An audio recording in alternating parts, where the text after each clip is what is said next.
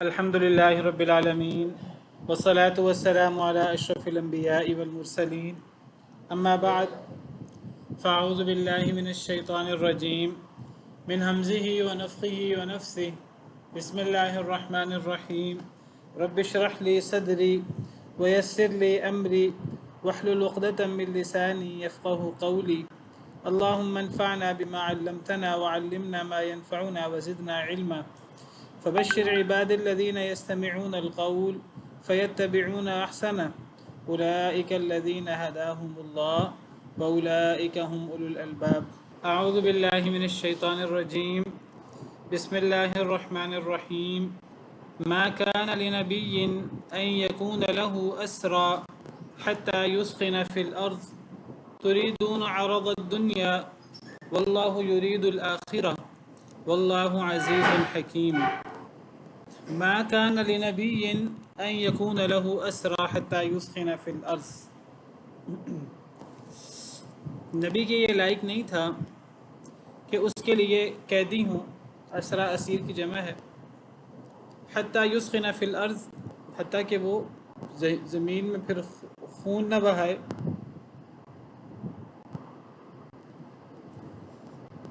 تریدون عرض الدنیا، تم چاہتے ہو دنیا کا ساز و سامان. واللہ یرید الآخرہ، اور اللہ چاہتے ہیں آخرت. واللہ عزیز حکیم، اور اللہ تعالیٰ بہت غالب اور حکمت والے ہیں. اس آیت کریمہ کی کچھ وضاحت کل کی تھی. یہ آیت کریمہ جنگ بدر میں اللہ تعالیٰ نے مسلمانوں کو جو عظیم الشان فتح نصیب کی، عظیم الشان فتح عطا فرمائی. 70 کے قریب بڑے بڑے سردار کافر ہلاک ہو گئے اور 70 کے قریب قیدی بن گئے. اب ان قیدیوں کے بارے میں مشورہ ہوا. نبی صلی اللہ علیہ وسلم نے مشورہ کیا صحابہ کرام سے کہ ان قیدیوں کے ساتھ کیا سلوک کیا جائے. تو سیدنا ابوبکر صدیق وغیرہ بعض صحابہ کرام کی رائے یہ تھی کہ ان کے ساتھ نرمی کا سلوک کیا جائے اور ان کو چھوڑ دیا جائے فدیہ لے کر. اس کا فائدہ یہ ہوگا کہ شاید یہ لوگ مسلمان ہو جائیں، ان کو اگر مہلت ملے، اور وہ جو ہم فدیہ لیں گے تو اس فدیے سے بھی اسلام کا غلبہ ہوگا. اسلام کے غلبے کے لیے وہ مال استعمال ہوگا. بعض صحابہ کرام جن کے سرخیل سیدنا عمر بن خطاب رضی اللہ تعالیٰ عنہ تھے، ان کی رائے یہ تھی کہ یہ اسلام کی پہلی جنگ ہے اور اللہ نے اس میں اسلام کو غالب کیا ہے اور اللہ نے کفر کا سر نگوں کیا ہے، تو اسلام کا اظہار صحیح طریقے سے ہونا چاہیے. اور 70 بڑے بڑے سردار کافروں کے جہنم رسید ہوئے ہیں، مزید 70 لوگ قیدی ہیں. تو کفر کو نیشہ کرنے کے لیے اور اسلام کو سر بلند کرنے کے لیے مزید 70 لوگوں کو بھی قتل کر دینا چاہیے. اور قتل بھی ایسے کیا جائے کہ ہر مسلمان اپنے رشتہ دار کو اپنے ہاتھ سے قتل کرے، تاکہ پتہ لگے کہ اسلام میں اصل اخوت ایمان کی ہے. اللہ کے لیے الولاء والبراء کا تعلق ہوتا ہے. اگر کوئی مسلمان نہیں ہے، کافر ہے، تو اس سے براء کا تعلق ہوگا، اس سے دوستی اور محبت کا تعلق نہیں ہوگا، چاہے وہ باپ، بھائی، بیٹا، رشتہ داری کیوں نہ ہو. تو اس عقیدے کو مزید نمایاں کرنے کے لیے حضرت عمر کی رائے یہ تھی کہ ہر شخص اپنے ہاتھ سے اپنے رشتہ دار کو قتل کرے، تاکہ اللہ کے لیے محبت اور اللہ کے لیے نفرت، عقیدہ الولاء والبراء کا اظہار ہو. نبی کریم صلی اللہ علیہ وسلم نے سیدنا ابوبکر صدیق وغیرہ کی رائے کو اختیار فرمایا. تو اللہ تعالیٰ نے اس بارے میں یہ آیات نازل کی جن میں تنبیہ ہے کہ نبی کریم صلی اللہ علیہ وسلم کے لیے اور جنہوں نے یہ فدیہ والا موقف اختیار کیا کہ نبی کو یہ لائق نہیں تھا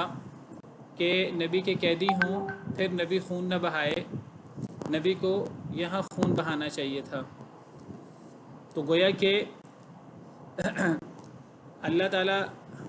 کی طرف سے سیدنا عمر رضی اللہ تعالیٰ عنہ کی رائے کی موافقت میں یہ آیات اتری۔ تو اس آیت کریمہ میں یہ بتایا گیا کہ یہاں قیدیوں کو قتل کرنا وہ زیادہ بہتر تھا، اور اللہ تعالیٰ نے آگے وجہ بیان کی ہے، تُرِيدُونَ عَرَضَ الدُّنْيَا، تم چاہتے تھے دنیا کا سامان۔ سیدنا ابوبکر صدیق وغیرہ کی جو رائے تھی،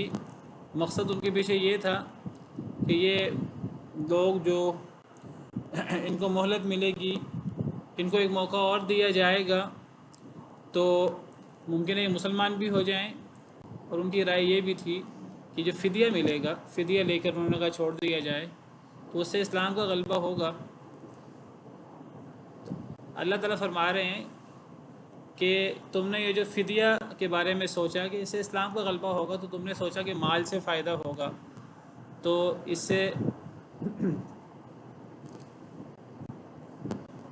اس کے اندر گویا کہ یہ اشارہ موجود تھا کہ تم مال و دولت کے اوپر ایک لحاظ سے بھروسہ کر رہے ہو، تم دنیا کا سامان دیکھ رہے ہو فدیہ۔ اللہ تعالیٰ آخرت چاہتے ہیں۔ آخرت سے کیا مراد ہے؟ یعنی اللہ کے نزدیک اصل میں یہاں دین کا اظہار، اسلام کا غلبہ زیادہ مقصود تھا، اور میں ذکر کر رہا ہوں یہ پہلی جنگ ہے، جنگ بدر، تو اس کے کچھ مخصوص حالات تھے، اس کو باقاعدہ اللہ تعالیٰ نے یوم الفرقان قرار دیا ہے۔ تو جس طرح اللہ نے جنگ بدر میں اسلام کو غلبہ دیا، پہلی جنگ تھی، اور جس طرح اللہ نے کفار کو ذلیل کیا، تو قیدیوں کو قتل کرنے سے مزید اسلام کا غلبہ ہوتا، جس سے آخرت کا فائدہ زیادہ ہوتا، کیونکہ اس سے اسلام کا غلبہ ہوتا اور کفر کو ذلت ہوتی، تو اسلام کے غلبے سے اور کفر کی ذلت سے جو ہے وہ اس سے آخرت کا فائدہ زیادہ ہے اس میں، اور فدیہ میں اور مال و دولت میں دنیا کا فائدہ زیادہ نظر آتا ہے۔ تو اللہ نے یہاں تقابل کیا ہے کہ تم دنیا کا ساز و سامان چاہتے تھے اور اللہ آخرت چاہتے تھے۔ آخرت جانے سے مراد اسلام کا غلبہ اور کفر کی ذلت، جس سے آخرت کا مقام حاصل ہوتا ہے۔ واللہ عزیز الحکیم، اور اللہ تعالیٰ بہت غالب ہیں، بہت حکمت والے ہیں۔ اللہ بہت غالب ہے، اللہ کو شکست نہیں دی جا سکتی، اور اللہ جس کی مدد کریں، اللہ جس کی حمایتی ہوں، اس کو بھی شکست نہیں دی جا سکتی، جیسے جنگ بدر میں ہوا۔ حکیم، اور اللہ بہت حکمت والے ہیں، یعنی اللہ کے سارے فیصلے حکمت پر مبنی ہیں۔ تو میں نے کل ذکر کیا تھا کہ اللہ تعالیٰ فرما رہے ہیں کہ یہاں قیدیوں کو قتل کرنا چاہیے تھا، تو یہ حکم خاص ہے جنگ بدر کے قیدیوں کے حوالے سے، یعنی یہ نہیں ہے کہ آئندہ جنگوں میں جو قیدی بنے کفار کے لوگ، تو ان کے بارے میں بس اب ایک ہی حکم ہے کہ انہیں قتل کر دیا جائے جیسے یہاں ہے۔ نہیں، اللہ تعالیٰ نے آگے خود اجازت دی ہے، سورہ محمد جس کو سورہ قتال بھی کہتے ہیں، کہ اگر کچھ قیدی بنا لیے جائیں تو انہیں احسان کر کے بھی چھوڑا جا سکتا ہے، اور انہیں فدیہ لے کر بھی چھوڑا جا سکتا ہے۔ فَإِمَّا مَنًّا بَعْدُ وَإِمَّا فِدَاءً حَتَّى تَضَعَ الْحَرْبُ أَوْزَارَهَا۔ قرآن کریم میں خود اس کی اجازت موجود ہے، جو بعد میں نازل ہوئی۔ تو اس سے پتہ لگتا ہے کہ یہ حکم قتل کا یہ جنگ بدر کے لیے خاص تھا۔ اب جنگ بدر کے بعد جو جنگیں ہوئیں اور قیامت تک جو جنگیں ہوں گی، اس میں اگر مسلمانوں کا غلبہ ہو اور قیدی کفار کے ہاتھ آ جائیں تو ان کو قتل بھی کیا جا سکتا ہے، اگر حکمت قتل کرنے میں ہو۔ میں وہی بیان کر رہا ہوں نا، ان میں قتل بھی کیا جا سکتا ہے، اور باقی 3 صورتیں مزید اختیار کی جا سکتی ہیں۔ 2 صورتیں وہ جس کا ذکر سورہ محمد میں ہے، احسان کر کے چھوڑ دیا جائے بعض مقاصد کے تحت، یا فدیہ لے کر چھوڑ دیا جائے۔ نبی صلی اللہ علیہ وسلم نے بعد کی کئی جنگوں میں باقاعدہ احسان کر کے بھی چھوڑا قیدیوں کو۔ فدیہ لے کر چھوڑنے کی بھی اجازت ہے، اور تیسری صورت، چوتھی صورت یہ بھی ہے کہ ان کو غلام لونڈی بنا لیا جائے، مسلمانوں میں ان کو تقسیم کر دیا جائے۔ قید میں رکھنے سے زیادہ بہتر یہ ہے، قید میں رکھنے سے بعض لوگ کہتے ہیں جی ان کو جیل میں ڈال دیا جائے۔ جیل میں ڈالنا فائدہ مند نہیں ہے، جیل میں ڈالنے سے اسلامی حکومت پر بوجھ پڑتا ہے مالی، بلا وجہ بہت سارے قیدی، اگر سینکڑوں قیدی ہوں، ہزاروں قیدی ہوں، تو ان قیدیوں کو اگر جیل میں رکھا جائے گا تو ان کے کھانے پینے کا بندوبست کیا جائے گا، وہ قیدی کام بھی کچھ نہیں کریں گے جیل میں، تو وہ ان کو بند رکھا جائے گا تو بہت زیادہ خرچ آئے گا تو اسلامی حکومت پر، بیت المال پر۔ تو بہت بہتر ہے کہ اگر ان قیدیوں کو چھوڑنا نہیں ہے فدیہ لے کر یا احسان کر کے، یا ان کو قتل نہیں کرنا، تو پھر ان کو بجائے اس کے کہ ان کو قیدی بنا لیا جائے اور ان کو باقاعدہ جیل میں رکھا جائے اور اس پر بڑے لمبے چوڑے اخراجات کیے جائیں، اس سے بہت بہتر ہے کہ ان کو مسلمانوں میں تقسیم کر دیا جائے، تو مسلمان ان سے خدمت بھی لیں گے اور مسلمان ان کی نان نفقے کی اور کھانے پینے کی اور لباس وغیرہ کی ذمہ داری بھی اٹھائیں گے۔ اور اسلام میں جو غلام لونڈی کی ذمہ داری ہے، تو احادیث مبارکہ میں اس کی بڑی تاکید آئی ہے کہ انہیں وہی کھلاؤ جو تم کھاتے ہو، انہیں وہی پہناؤ جو تم پہنتے ہو، ان پر ان کی طاقت سے زیادہ کام نہ لو، ان پر زیادہ بوجھ نہ ڈالو، اور اگر کوئی مشکل کام آ جائے تو ان کا تعاون کر دو، ساتھ ان کے مل جاؤ۔ تو اسلام سے پہلے غلامی کا تصور موجود تھا، اسلام نے آ کر غلامی کے تصور کو منسوخ نہیں کیا، ختم نہیں کیا، اگرچہ اسلام نے قیدیوں کو آزاد کرنے کی ترغیب دلائی ہے، خاص طور پر جو قیدی مسلمان ہوں۔ دیکھیے کسی مسلمان کو جنگ میں قیدی نہیں بنایا جا سکتا، اگر مسلمانوں کے آپس میں لڑائی بھی ہو جائے تو ایک مسلمان قوم دوسری مسلمان قوم کو قیدی نہیں بنا سکتی، غلام لونڈی نہیں بنا سکتی، صرف کفار قیدیوں کو جو جنگ میں قیدی بنے انہیں غلام لونڈی بنایا جا سکتا ہے۔ لیکن غلام لونڈی بننے کے بعد اگر ان میں سے کوئی مسلمان ہو جائے، مسلمانوں کا حسن سلوک دیکھ کر، تو مسلمان ہونے سے خود بخود وہ قیدی آزاد نہیں ہوتا۔ تو اسلام میں مسلمان قیدیوں کو آزاد کرنے کی زیادہ ترغیب موجود ہے، اور مسلمانوں کے علاوہ عمومی طور پر قیدیوں کو بھی آزاد کرنے کی ترغیب ہے۔ تو اسلام نے قیدیوں کو آزاد کرنے کی زیادہ سے زیادہ توجہ تو دلائی ہے، لیکن اس سے یہ سمجھنا کہ اسلام نے غلامی کے تصور کو ہی جڑ سے اکھاڑ دیا ہے اور اسلام نے اس کو منسوخ کر دیا ہے، تو ایسی بات کتاب و سنت میں موجود نہیں ہے۔ ہاں، اسلام نے وہ جو ظلم کی صورتیں موجود تھیں جاہلیت میں غلام لونڈی کے ساتھ، کہ وہ ان پر بہت ظلم کرتے تھے اور ان کو کھانے پینے کو پورا نہیں دیتے تھے، لباس وغیرہ کو، ان کے حقوق پورے نہیں کرتے تھے، تو اسلام نے ان کے حقوق رکھے ہیں غلام لونڈی کے۔ جب حضرت عمر رضی اللہ تعالیٰ عنہ بیت المقدس کی فتح کے لیے گئے ہیں تو ان کا غلام سواری پر سوار تھا، حضرت عمر مہار پکڑے ہوئے تھے۔ یہ وہ تعلیمات ہیں اسلام کی کہ پتہ لگتا ہے اسلام میں غلاموں کو کتنے حقوق ہیں۔ ایک صحابی نے اپنی ایک لونڈی کو کسی وجہ سے ناراض ہو کر تھپڑ مار دیا، وہ بکریاں چرا رہی تھی تو ایک بکری کو بھیڑیا لے گیا، جب آ کر بتایا گیا ان صحابی کو، لونڈی چرا رہی تھی بکریاں، صحیح مسلم کی حدیث ہے، تو اب بڑا نقصان ہے ایک بکری کو بھیڑیا لے جائے، تو جب بتایا گیا ان صحابی کو کہ وہ بھیڑیا اٹھا کے لے گیا ایک بکری کو، تو ان کو بڑا غصہ آیا اچانک، تو انہوں نے تھپڑ مار دیا لونڈی کو۔ بعد میں احساس ہوا کہ اس بیچاری لونڈی کا کیا قصور ہے، یہ بھیڑیے کا مقابلہ کرتی، عورت ذات ہے تو یہ کیسے مقابلہ کرتی ہے، تو احساس ہوا نبی صلی اللہ علیہ وسلم کی تعلیمات کی وجہ سے کہ مجھ سے زیادتی ہو گئی ہے، تو نبی صلی اللہ علیہ وسلم کی خدمت میں حاضر ہوئے اور کہنے لگے کہ میں نے لونڈی کو تھپڑ مار دیا ہے، میں اب کیا کروں، میں اس کو آزاد کرنا چاہتا ہوں تاکہ مجھ پہ وہ بال نہ ہو۔ تو نبی صلی اللہ علیہ وسلم خوش ہوئے، آپ نے فرمایا ہاں بہتر ہے اسے آزاد کر دو۔ تو پھر وہ آگے حدیث میں آتا ہے کہ آپ نے فرمایا اسے لونڈی کو میرے پاس لے کر آؤ، یعنی آپ چیک کرنا چاہتے تھے کہ وہ مسلمان ہے کہ نہیں، کیونکہ جیسے میں نے ذکر کیا اگر غلام کو آزاد کرنا ہو تو مسلمان غلام کو فوقیت دینی چاہیے۔ تو اس لونڈی کو آپ کی خدمت میں لایا گیا، آپ نے اس لونڈی سے پوچھا این اللہ، اللہ کہاں ہے؟ تو وہ کہنے لگی اللہ فی السماء، اللہ آسمانوں میں ہے، یعنی اللہ آسمانوں کے اوپر ہے، عرش پر ہے۔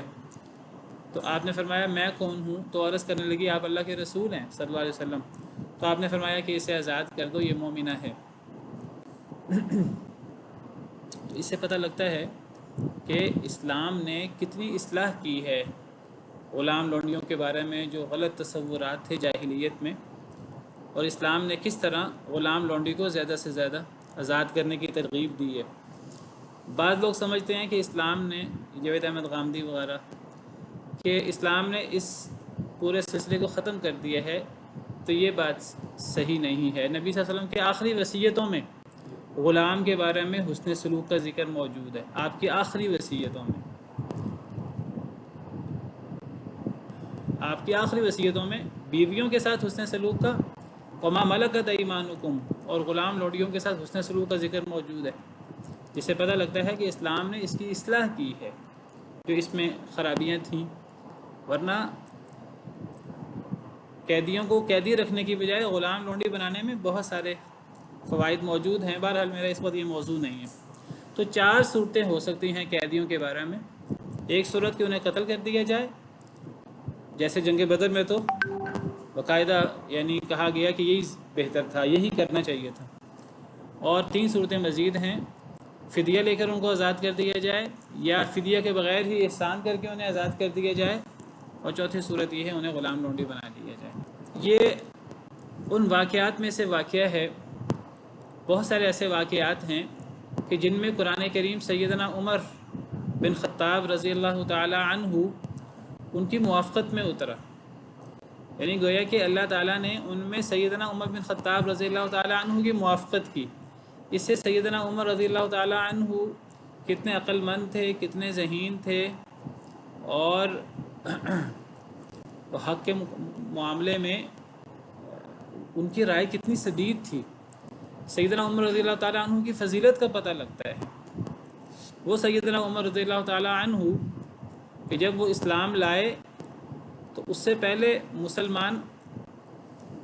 ڈرتے تھے علی اعلان نماز پڑھنے سے، اسلام کا اظہار کرنے سے،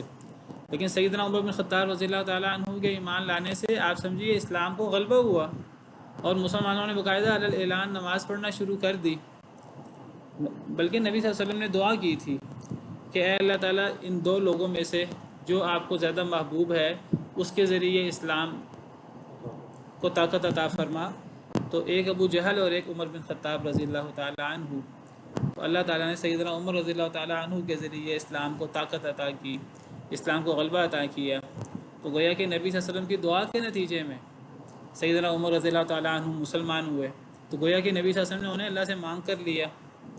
بہت بڑی سعادت ہے سیدنا عمر بن خطاب رضی اللہ تعالی عنہ کی۔ احادیث مبارکہ میں آتا ہے کہ حضرت عمر جس رستے سے گزرتے ہیں تو شیطان اس رستے سے دور ہٹ جاتا ہے۔ بعض احادیث مبارکہ اگرچہ ان میں کچھ ضعف موجود ہے، اس سے پتہ لگتا ہے کہ اگر میرے بعد کوئی نبی ہوتا تو عمر بن خطاب ہوتے، اور بعض احادیث سے پتہ لگتا ہے کہ نبی صلی اللہ علیہ وسلم نے فرمایا اگر اس امت میں کوئی ملہم شخص ہے جس پر الہام ہوتا ہے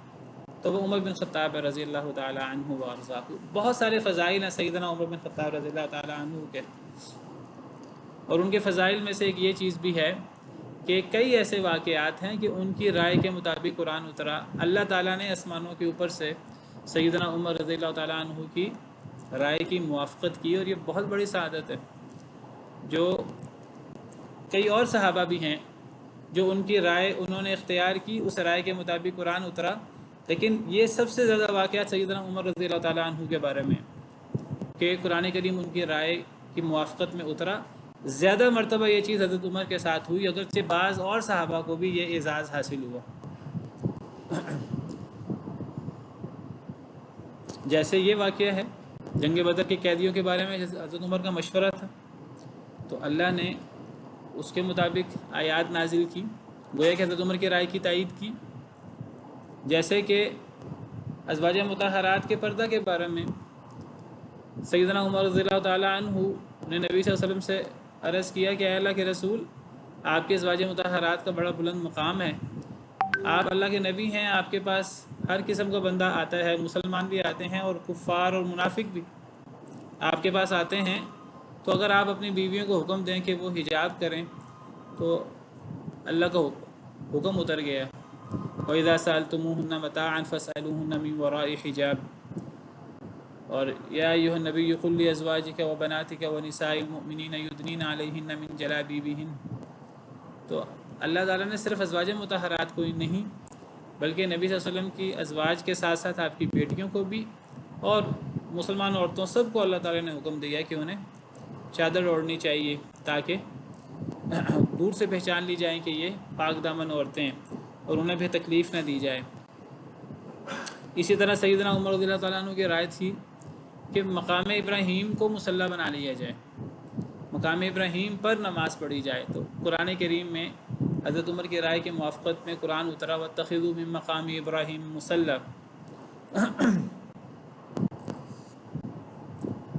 تو یہ حضرت عمر کی فضیلت کے بارے میں یہ واقعات بیان کیے جاتے ہیں۔ اب جو شخص حضرت عمر کے ان فضائل کے باوجود حضرت عمر کے بارے میں، حضرت ابوبکر صدیق کے بارے میں گالم گلوچ کرے اور ان کے بارے میں اس قسم کے الفاظ استعمال کرے کہ وہ کافر تھے، منافق تھے، یا وہ نبی صلی اللہ علیہ وسلم کے دشمن تھے، یا وہ اور ان کی بیٹیاں والعیاذ باللہ، تو وہ گویا کہ ان چیزوں کا منکر ہے۔ تو اللہ تعالیٰ فرماتے ہیں لولا کتاب من اللہ سبق لمسکم فیما اخذتم عذاب عظیم، اگر نہ ہوتی کتاب اللہ تعالیٰ کی گزر چکی، لمسکم البتہ چھوتا تمہیں، فیما اخذتم اس بارے میں جو تم نے لیا، عذاب عظیم بہت بڑا عذاب۔ اللہ تعالیٰ فرماتے ہیں کہ یہ جو تم نے فدیہ لیا، فدیہ لینے کا فیصلہ کیا، تو اگر پہلے سے یہ نہ لکھا ہوتا تو پھر تمہیں عذاب پہنچتا، اس فدیہ لینے کی وجہ سے تمہیں عذاب آتا۔ تو یہ ایک تنبیہ ہے اور سختی کے ساتھ تنبیہ ہے کہ نبی صلی اللہ علیہ وسلم کو،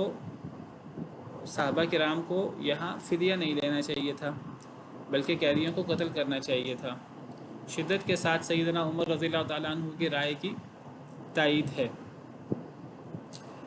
لولا کتاب من اللہ سبق،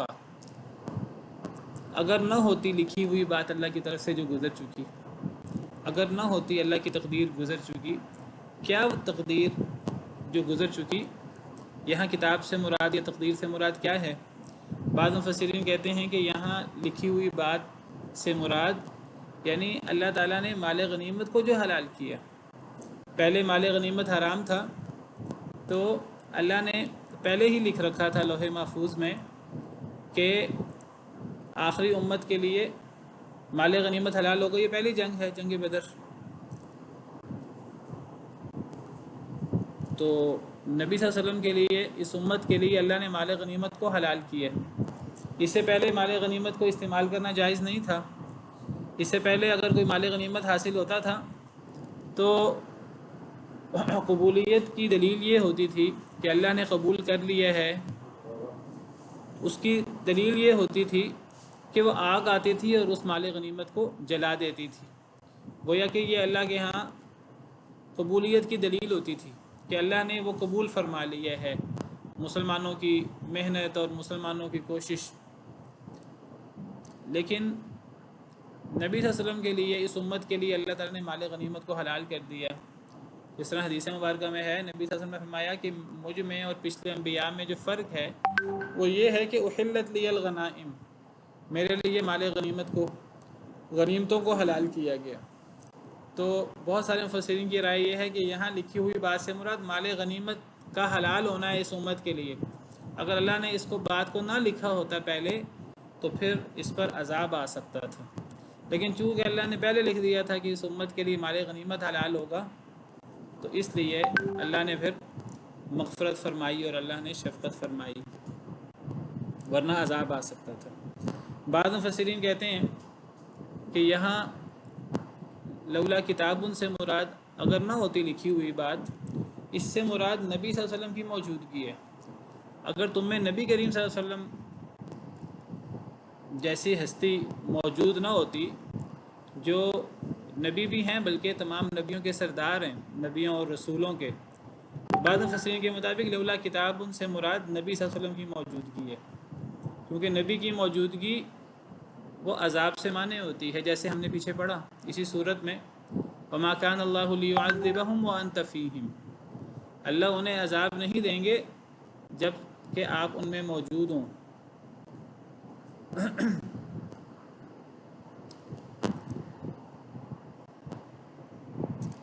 فَكُلُوا مِمَّا غَنِمْتُمْ حَلَالًا طَيِّبًا، پس کھاؤ اس سے جو تم نے مال غنیمت حاصل کیا، حلالا طیبا، حلال اور پاکیزہ۔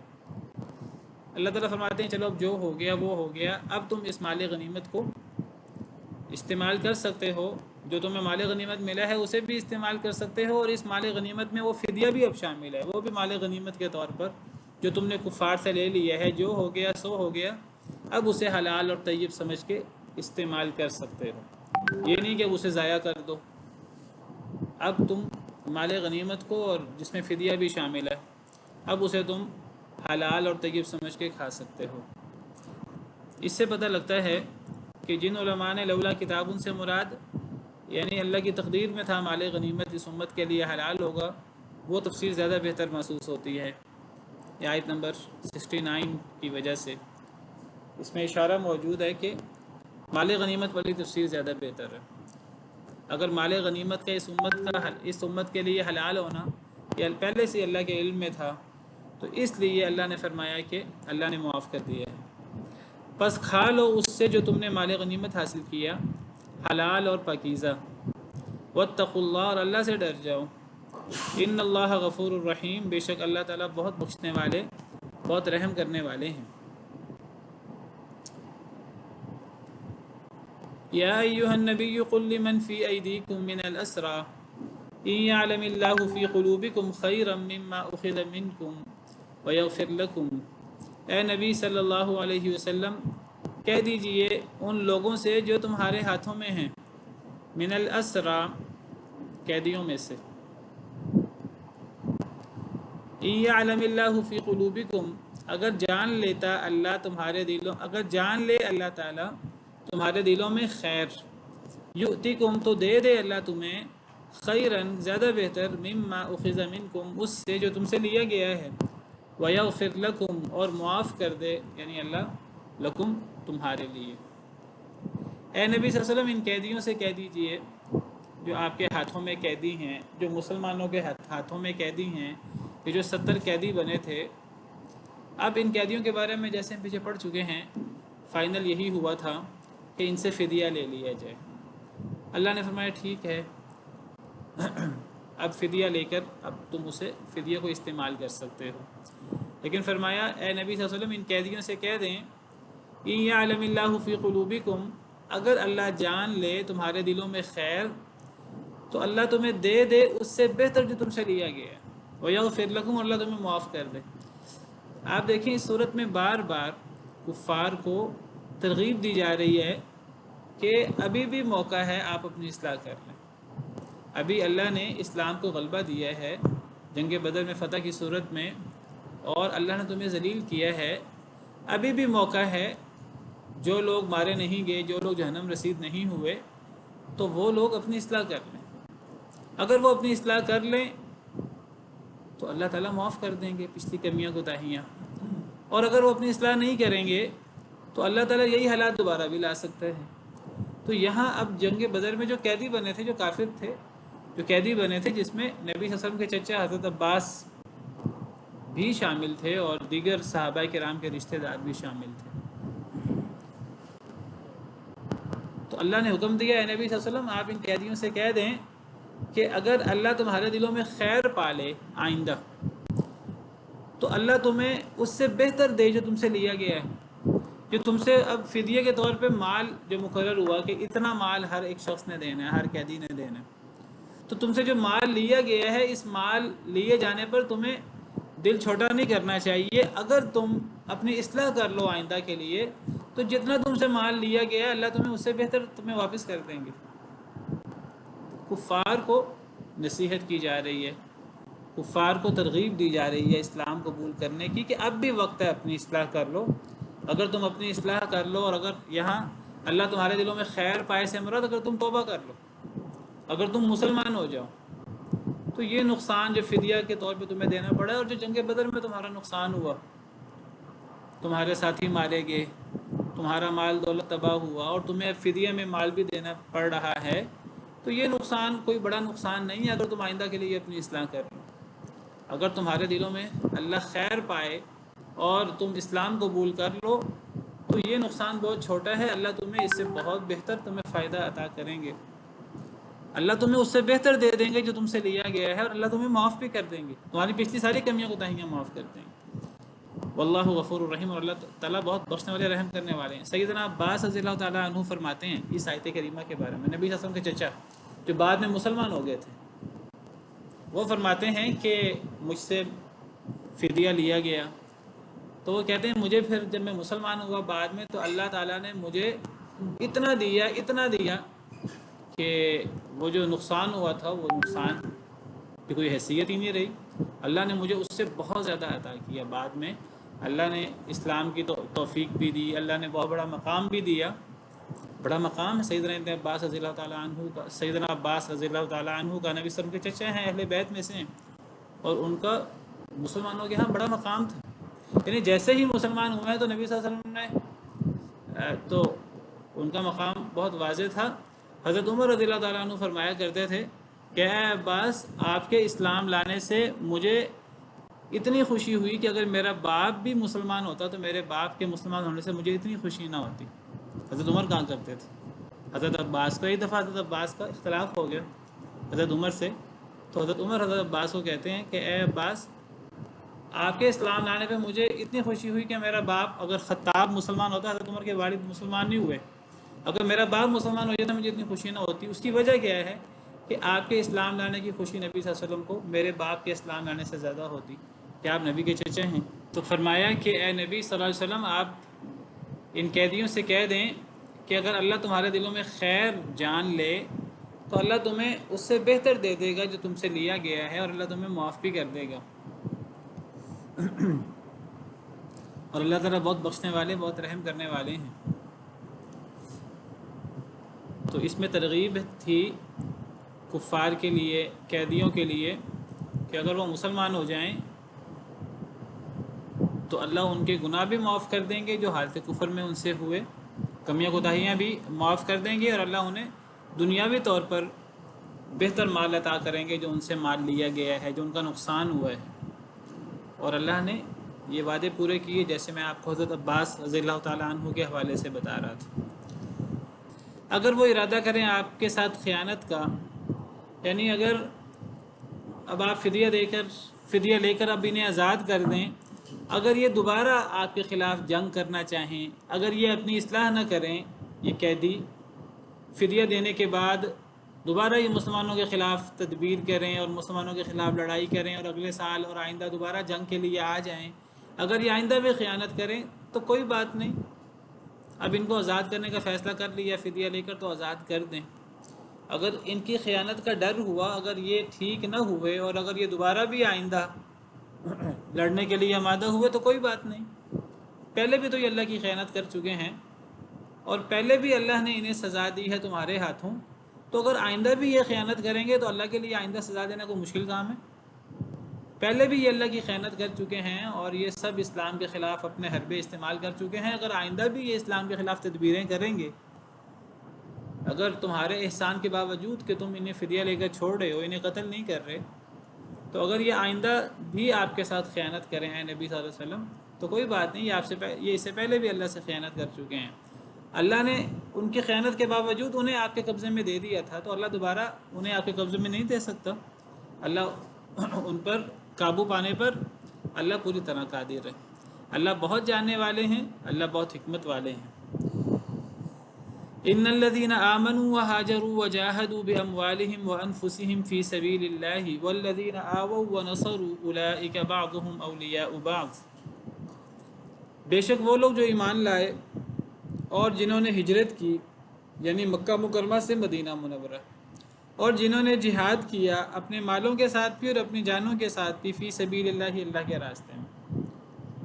والذین آووا ونصروا، اور وہ لوگ جنہوں نے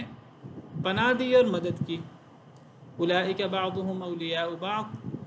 یہی وہ لوگ ہیں بعض ان کے بعض کے دوست ہیں۔ تو دو گروہوں کا یہاں ذکر ہے۔ کن دو گروہوں کا ذکر ہے؟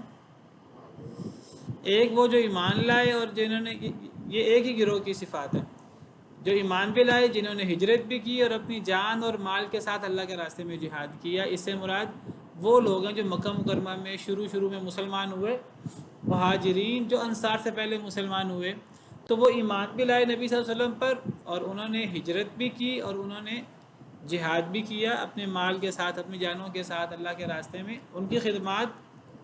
بہرحال انصار سے زیادہ ہیں اور وہ انصار سے پہلے مسلمان ہوئے، اللہ نے ان کا ذکر پہلے کیا ہے۔ ایک گروہ وہ ہے، اور دوسرا گروہ وہ ہے والذین آووا ونصروا، جن لوگوں نے مدد کی، پناہ دی، ونصروا اور مدد کی، آووا پناہ دی۔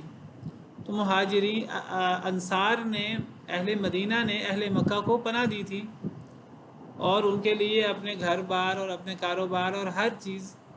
کے دروازے کھول دیے۔ جب نبی صلی اللہ علیہ وسلم نے مواخات کروائی تو انصار نے کس طرح نبی صلی اللہ علیہ وسلم کے فیصلے کو قبول کیا اور کس طرح دل و جان کے ساتھ مہاجرین کی مدد کی، تو اللہ ان کی تعریف بھی کر رہے ہیں۔ انصار کا مقام مہاجرین کے بعد ہے، مہاجرین کا انصار سے پہلے ہے، کیونکہ مہاجرین پہلے مسلمان ہوئے، مہاجرین نے زیادہ قربانیاں دیں، تو پہلے ان کا ذکر کیا، پھر اللہ نے انصار کا ذکر کیا کہ انصار وہ ہیں جنہوں نے پناہ دی، یعنی مہاجرین کو، نبی صلی اللہ علیہ وسلم کو، اور مدد کی۔ اللہ فرماتے ہیں اولئک بعضهم اولیاء بعض، یہ بعض ان کے بعض کے دوست ہیں۔ مہاجرین اور انصار ایک دوسرے کے دوست ہیں، دونوں مسلمان ہیں، دونوں اسلام میں افضل ترین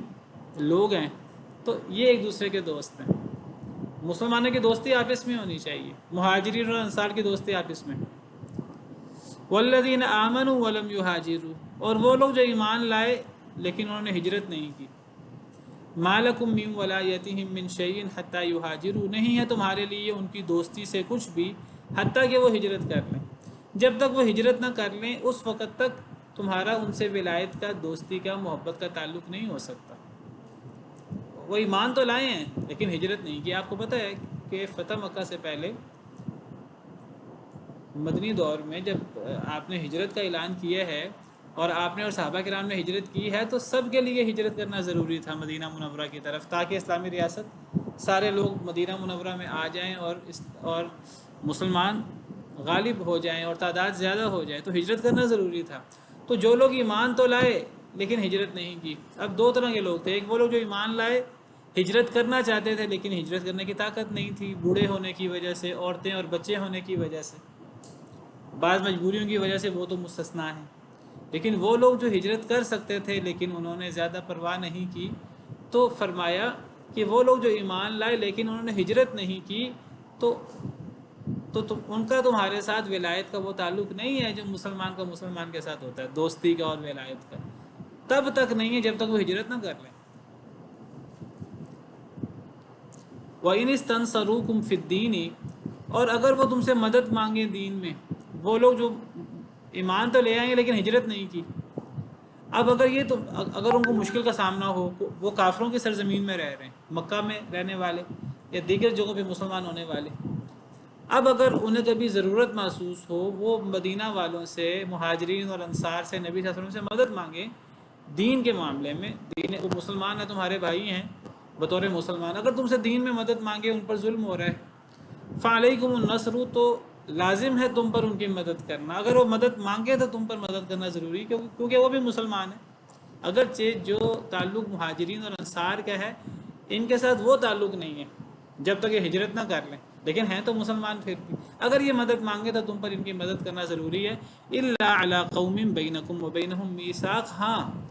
سوائے ایسی قوم کے خلاف کہ تمہارے اور ان کے درمیان معاہدہ ہو، اگر تمہارے اور ان کے ایک قوم کے درمیان معاہدہ ہو اس قوم کے خلاف تم ان لوگوں کی مدد نہیں کر سکتے، کیونکہ انہوں نے ہجرت نہیں کی. ان کا یہ قصور ہے، اور جو بہت بڑا قصور ہے اس دور میں، کیونکہ فتح مکہ سے پہلے ہجرت ضروری تھی. جو ایمان تو لائیں ہجرت نہیں کی، ان کا تم سے ولایت کا وہ تعلق نہیں ہے جو ایک مسلمان کا مسلمان سے ہوتا ہے. لیکن اگر وہ مدد مانگے تو تم نے مدد کرنی ہے، لیکن وہ بھی مشروط ہے کہ وہ مدد ایسی قوم کے خلاف نہ ہو جن کا اور تمہارا معاہدہ ہے. اگر ایسی قوم کے خلاف ہو جن کا اور تمہارا معاہدہ ہے، پھر تم ان مسلمانوں کی مدد نہیں کر سکتے اس قوم کے خلاف کہ جس قوم کا اور تمہارا معاہدہ ہے. واللہ بما تعملون بصیر، اور اللہ تعالیٰ ساتھ اس کے جو تم عمل کر رہے ہو دیکھ رہے ہیں. یہ ابھی موضوع جاری ہے، تو کل انشاءاللہ مزید وضاحت ہوگی اس آیت کریمہ کی بھی اور اگلی آیات کی بھی. سبحان ربک رب العزت عما یصفون وسلام علی المرسلین والحمد للہ رب العالمین.